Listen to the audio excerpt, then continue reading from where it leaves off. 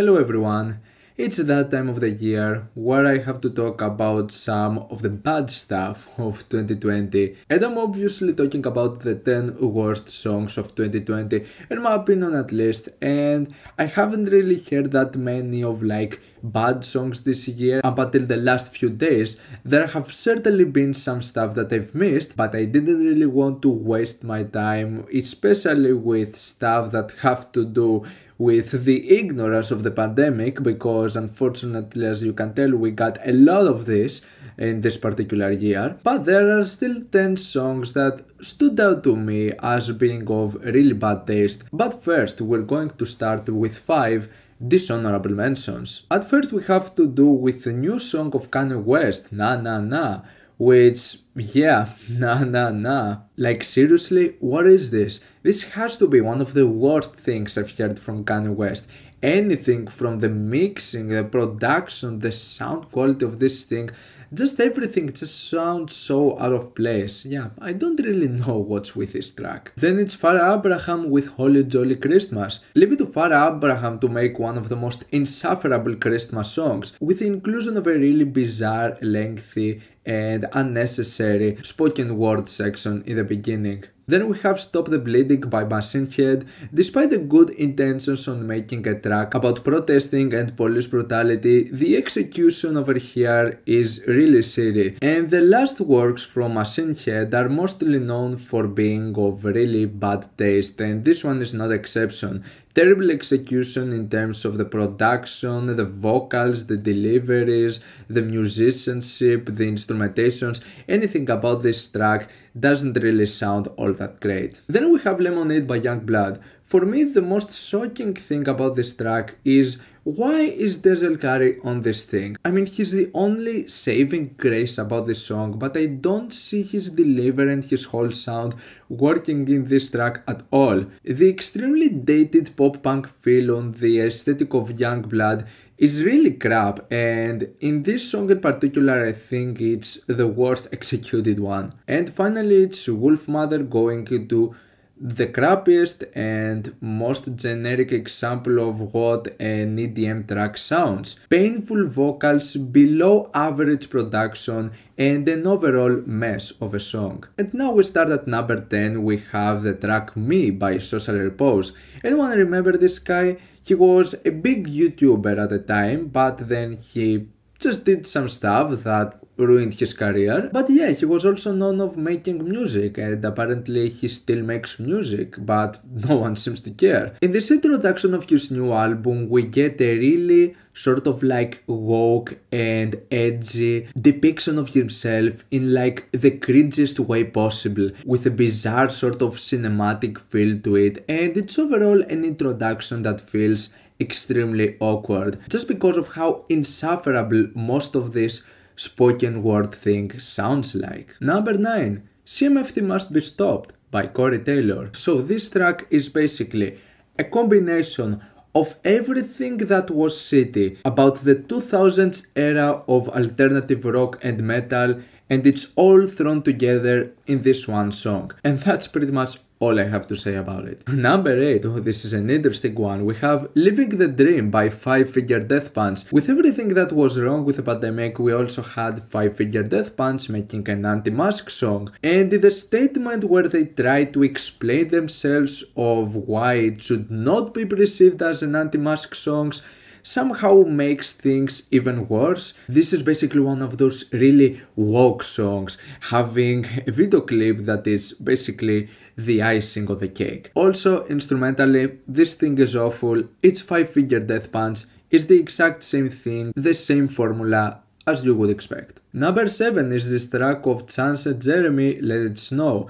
There were some really bad songs from this album, but I don't know, out of all the new cuts, Let It Snow was somewhat special for how bad the instrumental and the mixing on this thing was.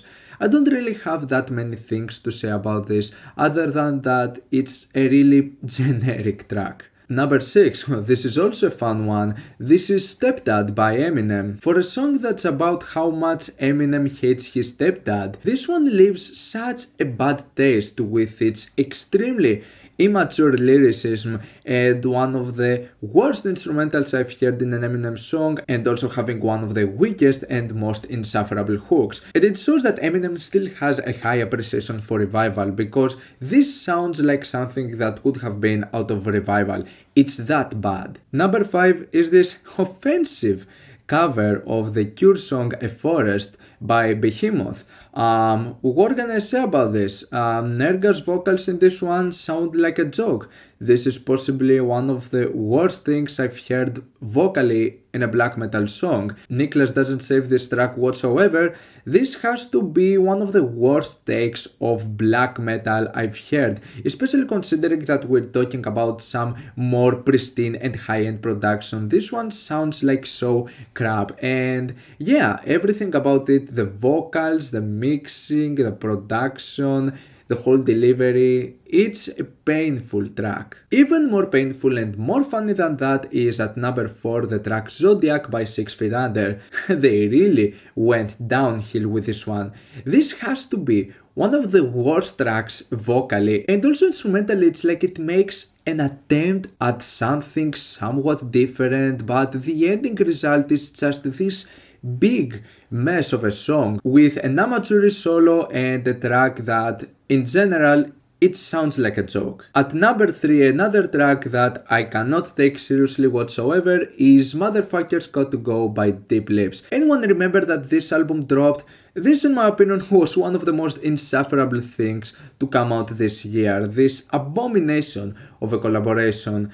Out of all the tracks, Motherfuckers Got to Go is the most memorable one for being the shittiest. It is such an annoying track. It sounds extremely silly, vocals, mixing, sound, everything just leaves a bad taste.